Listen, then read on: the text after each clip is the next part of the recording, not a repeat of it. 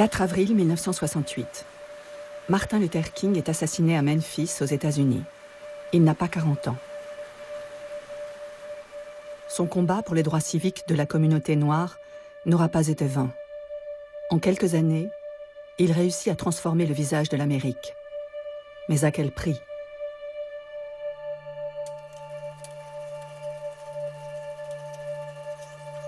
Toute sa vie, Martin Luther King est contesté, agressé, emprisonné, menacé de mort. Et malgré tout, il continue la lutte en appliquant une méthode non violente. D'où lui venait cette force de tenir, malgré les menaces ? D'où lui venait cette force de conviction ? D'où lui venait cette force d'aimer ? I have a dream that one day this nation will rise up and live out the true meaning of its creed. We hold these truths to be self-evident that all men are created equal.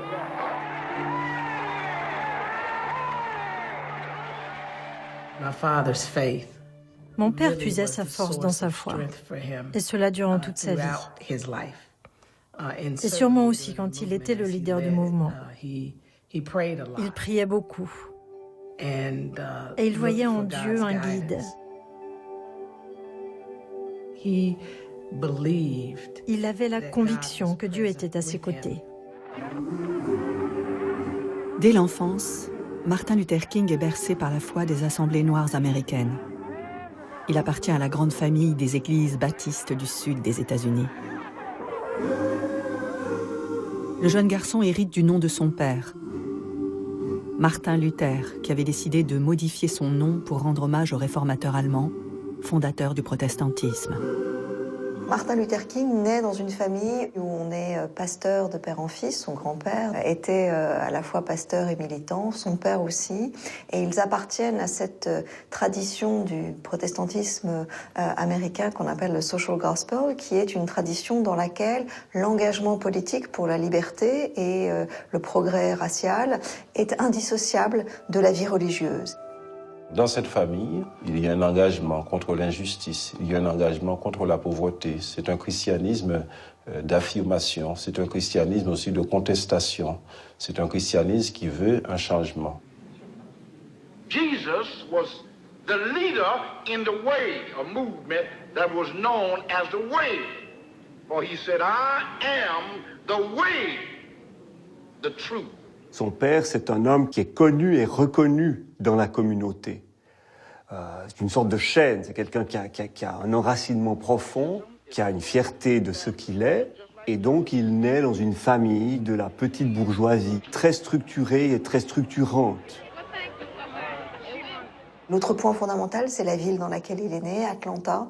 C'est une ville du Sud qui connaît très bien la ségrégation, mais à ceci près qu'il habite dans un quartier, Mount Auburn, qui est à l'écart de la présence blanche vraiment oppressante. King jouit finalement de cela, et ce qui aussi va le protéger des humiliations, des blessures identitaires, des blessures intérieures que connaissaient la plupart des jeunes noirs ou des noirs à l'époque, quoi. Ça rend King plus lucide, mais aussi plus fort intérieurement. Car il faut rappeler que le Sud vit depuis la fin de la guerre de sécession dans cette nostalgie d'un ordre ancien. Un ordre d'avant la guerre civile, lorsque la suprématie blanche était sans conteste.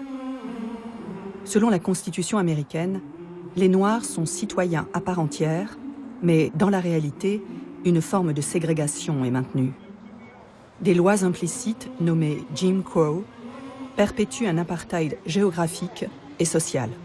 A century ago, slavery was abolished, but a pattern of segregation took its place. And in some states, we are still restricted by signs like these.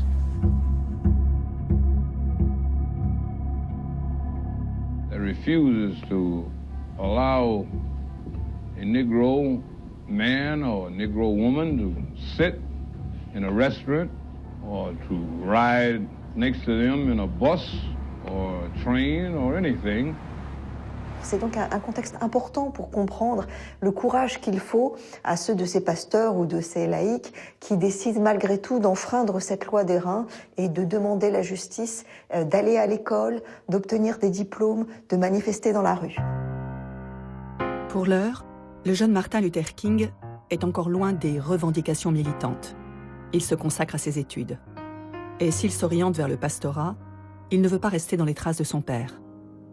Il souhaite s'émanciper d'une église qu'il juge trop conservatrice et prendre ses distances avec certaines pratiques de la foi qu'il n'estime plus adaptées à son époque.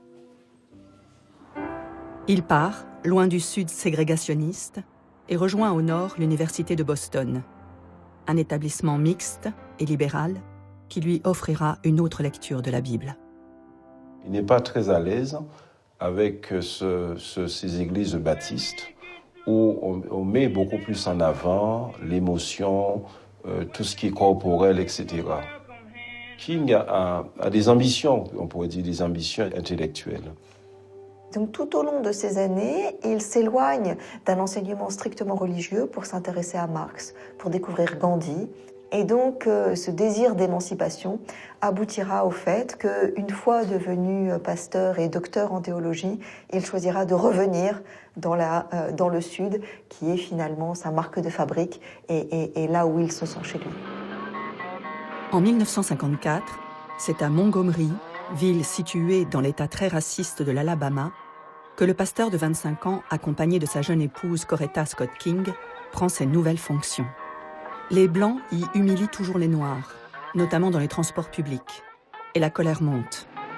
Le combat avait déjà commencé lorsqu'il arrive. Les travailleurs de la ville avaient décidé qu'ils mettraient fin à la violence et les pratiques discriminatoires à bord de ces transports publics de la ville qu'ils prenaient chaque jour, puisqu'ils devaient payer à l'avant du bus, redescendre, remonter par l'arrière, se lever lorsque les Blancs désiraient s'asseoir. Le 1er décembre 1955, Rosa Parks, fatiguée par une journée de travail, refuse de céder son siège à un Blanc. Elle est arrêtée et emprisonnée. La nouvelle déclenche un mouvement de protestation. 40 000 Noirs décident de boycotter les transports publics. Ils n'hésitent pas à faire des dizaines de kilomètres à pied pour se rendre au travail plutôt que de payer le bus. Le boycott est décidé. Il faut un porte-parole pour expliquer à la presse, pour expliquer aux médias ce qui se passe. King, dans ce petit groupe, est choisi comme le porte-parole. On fait appel à lui parce qu'il est jeune, il vient d'arriver, il n'a pas d'histoire particulière dans la ville. Il s'est fait remarquer par ses sermons et par son action dans son église. Une église plus militante, plus ancrée dans la société. Frankly, as others have said, I don't know what the future holds, but I know who holds the future. This is our hope. This is that something that keeps us going. Then, of course, the great and troubling problem of civil rights is still on our hands, and I think we have the opportunity now to grapple with this problem in a greater manner. La première grande déclaration publique de Martin Luther King, c'est le soir du premier jour du boycott. Et là, il va immédiatement dire « Notre combat est juste ». Et en étant juste, il s'allie à un Dieu de justice. Donc, d'emblée, il lie le politique et le religieux, j'allais dire, mais il n'est pas le premier à le faire. C'est quelque chose qui accompagne la tradition de l'Église noire. Au cœur de l'action de King, on trouve le concept d'image de Dieu, Imago Dei. Et King va utiliser cela pour aider les Noirs à se relever. Les Noirs se dévalorisaient eux-mêmes. Parce que le discours consistant à dire qu'ils avaient moins de valeur ou qu'ils étaient moins intelligents que des Blancs, en fait, est un discours qui était en partie intériorisé. Et donc, un des enjeux, évidemment, c'était de leur montrer qu'ils avaient une dignité pleine et entière comme n'importe qui d'autre, quoi. Encouragés et restaurés dans leur dignité par les prédications de Martin Luther King, ces femmes et ces hommes réussiront à obtenir gain de cause à Montgomery après un procès retentissant. The Negro citizens of Montgomery, Alabama will return to the buses on a non-segregated basis.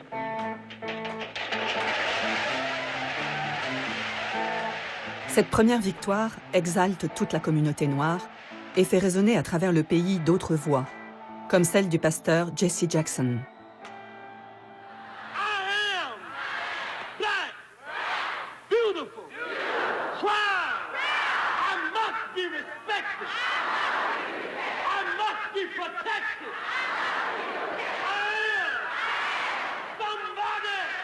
Le pasteur est le chef de la communauté, donc il a déjà un rôle qui dépasse l'enceinte du temple. Et Martin Luther King, il apporte cette originalité considérable au mouvement qui est d'exiger la non-violence. Et il trouve dans la pensée de Gandhi et dans la désobéissance civile développée par le philosophe américain Henry David Thoreau l'idée qu'il est possible que l'amour entraîne le changement social. Il y a deux personnes qui ont influencé mon père, vraiment, en ce qui concerne la non-violence. Il disait toujours qu'il s'inspirait de Jésus-Christ, spécialement le sermon sur la montagne. Aimez vos ennemis, bénissez-les, faites-leur du bien et priez pour ceux qui vous persécutent. Et puis il y a les techniques du Mahatma Gandhi. Il trouvait chez Gandhi la solution pour mettre en application les mots de Jésus, aime ton ennemi. Des mots qui sont normalement utilisés dans un contexte personnel, il les applique dans un contexte social. Negroes and white sympathizers used a number of nonviolent techniques to gain their objectives. In a long, painful battle, through sit-downs, boycotts, picketing, and other measures, they were able to pressure employers into obeying laws against discrimination. Être désobéissant, être non-violent, c'est être dans une conquête agressive de la liberté, simplement sans jamais lever la main. Donc il s'agit de ne jamais renoncer à manifester, de se présenter dans les établissements racistes pour demander à être servi, à aller s'inscrire sur les listes électorales, même si tout le système est fait pour vous en dissuader. Je pense que la désobéissance civile fonctionne parce que ça fait appel à la conscience de l'homme. Et s'il est confronté à cette atmosphère d'injustice, il se rend compte que quelque chose ne va pas. This is wrong. This needs to be corrected. Si Martin Luther King utilise les stratégies de Gandhi pour mettre en œuvre son action non violente, c'est dans les textes bibliques, bien connus de ses fidèles, qu'il va chercher la force spirituelle pour mener à bien son combat. Dans les récits de l'Évangile, lorsqu'on parle de porter la croix, lorsqu'on parle d'être insulté, lorsqu'on parle d'être banni, etc., ce ne sont pas des choses théoriques que le noir perçoit, mais c'est son quotidien. Donc, comme prédicateur, King veut conduire ses auditeurs à faire que ces textes ne soient pas juste des textes qui les émeuvent, mais qui les mettent en mouvement.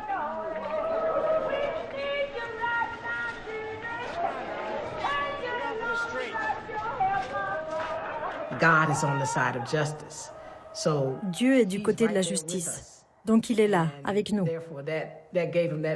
Et ça leur donnait de la force, une dose supplémentaire de courage pour faire front face au mal. Quand on va s'asseoir pour occuper une position de façon non violente, ou prier, par exemple, face à la police ou je ne sais, on a Dieu à ses côtés. C'est ce qu'on a appris, méditer, laisser venir profondément en soi pour ensuite le vivre dans la lutte de la semaine, par exemple. Come now, O God, come now. Come now, O Holy Spirit. Yes, yes. Come now, O merciful Father. Amen. Arrêtés dans la rue, des centaines de militants sont jetés en prison par les forces de l'ordre. Une épreuve incontournable au combat pacifique. Et pour tenir, un ancien compagnon de lutte les aidera, le Negro Spiritual.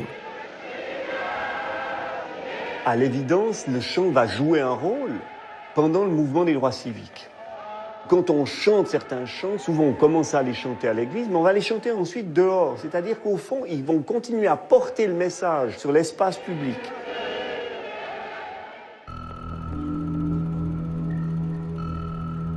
Après la victoire de Montgomery, Martin Luther King subit une pression énorme. Le Ku Klux Klan est encore très puissant dans le Sud. Les lettres anonymes et les menaces se multiplient. Martin Luther King poursuit malgré tout son combat jusqu'à ce soir de janvier 1956. Oui, cette nuit-là, 27 janvier 1956, il reçut un appel téléphonique. Ça l'a vraiment secoué. I never will forget one night, very late. The telephone started ringing and I picked it up. On the other end was an ugly voice. Said to me in substance, nigger, if you aren't out of this town in 3 days, we're gonna blow your brains out and blow up your house. Durant toute sa vie, il a reçu beaucoup d'appels téléphoniques menaçants. Mais celui-là l'a particulièrement troublé. Il a 2 petits-enfants en bas âge, sa femme à la maison, et c'est un moment où il doute. Et la question du doute est fondamentale, sauf que chez lui, cela se transforme en un tourment existentiel où il se demande s'il est à la hauteur, qui est la grande question de sa vie. Et alors qu'il s'apprête à faillir, il a le sentiment que Dieu lui parle. But Lord, I must confess that I'm weak now, I'm faltering, I'm losing my courage. Seemed at that moment that I could hear an inner voice saying to me, Martin Luther, stand up for righteousness. Stand up for justice. Stand up for truth. And lo, I will be with you, even until the end of the world. A-t-il rêvé? A-t-il vécu quelque chose? Pas de témoin. Mais ce qui est intéressant, à mes yeux, c'est qu'il y a un avant et il y a un après. Avant, on a un homme qui a commencé un engagement, mais qui s'interroge sur cet engagement. Va-t-il le poursuivre? Combien de temps? Etc. Après, il n'hésite plus. Il a été choisi pour cela. Et c'est à la fois extraordinaire et c'est d'un poids, d'une exigence terrible. Mais on ne s'y soustrait pas. Et cette vocation s'accompagne d'une promesse de ne jamais être abandonné. Et il va toujours y revenir. 3 jours après, sa maison est soufflée par une bombe. Malgré cela, renforcé par la révélation qu'il a reçue, Martin Luther King n'hésite pas à poursuivre son combat pour la justice, y compris dans les villes les plus extrémistes des États-Unis, comme Birmingham. Lorsqu'il est à Birmingham, il rencontre la brutalité la plus inouïe du shérif de la ville qui utilise les karchers, les bergers allemands. On verra des gosses qui simplement se donnent la main, marchent avec d'autres pour aller prier près d'une prison qui déjà pleine de manifestants. On va voir des gamins balayés comme des feuilles par des lances à incendie.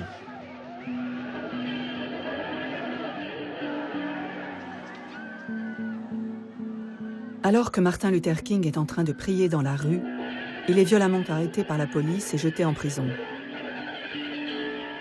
Du fond de sa cellule, il découvre un article rédigé par 8 représentants de la communauté chrétienne. S'ils soutiennent son combat, ils estiment qu'il va trop loin et appellent à la modération du mouvement.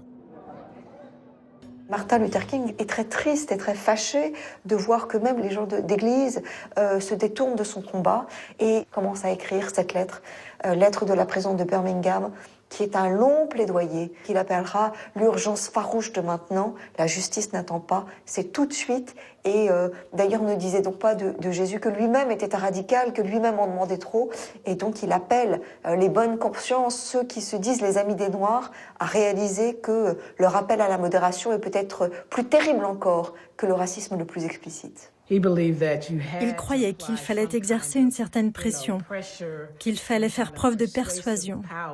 Pour lui, c'est comme ça qu'un sentiment d'amour pouvait naître chez les opposants. Et avec cet amour, les gens pouvaient être transformés et prendre la bonne direction. Pour lui, il y avait une force dans l'amour. C'est-à-dire que la force d'aimer, c'est aussi la force qu'il y a dans le fait d'aimer. Et que le fait qu'il voit les autres en les aimant, lui donnait une énergie, une énergie qu'il n'aurait pas eue s'il avait juste cherché l'affrontement, s'il avait cherché juste le rapport de force.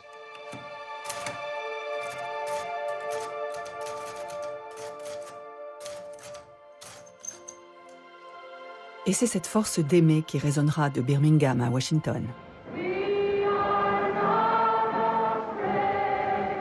En août 1963, le président John Fitzgerald Kennedy autorise une marche pacifique. 250 000 personnes, noirs et blancs, main dans la main, défilent pour la défense des droits civiques.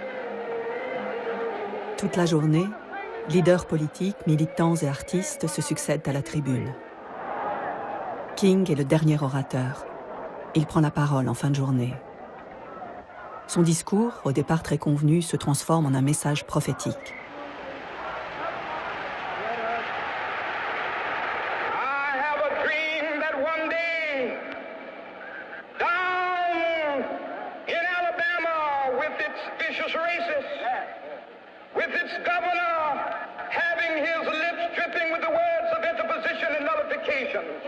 One day right there in Alabama, little black boys and black girls will be able to join hands with little white boys and white girls as sisters and brothers. I have a dream today.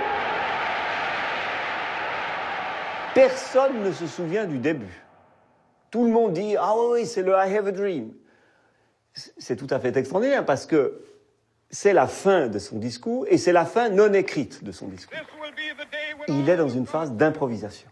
Et ce qui est un auditoire intéressé, mais où on entend des discours un peu d'ordre politico-social, tout à coup se transforme en une assemblée d'église. On a vraiment le black preacher qui s'exprime. Il est toujours dans cette situation du prédicateur en train de s'adresser à une foule qu'il essaye de convaincre. C'est comme s'il avait déplacé la personne du pasteur dans l'espace public, quoi. We will be able to speed up that day when all of God's children, black men and white men, Jews and Gentiles, Protestants and Catholics, will be able to join hands and sing in the words of the old Negro spiritual, free at last, thank God Almighty, we are free at last.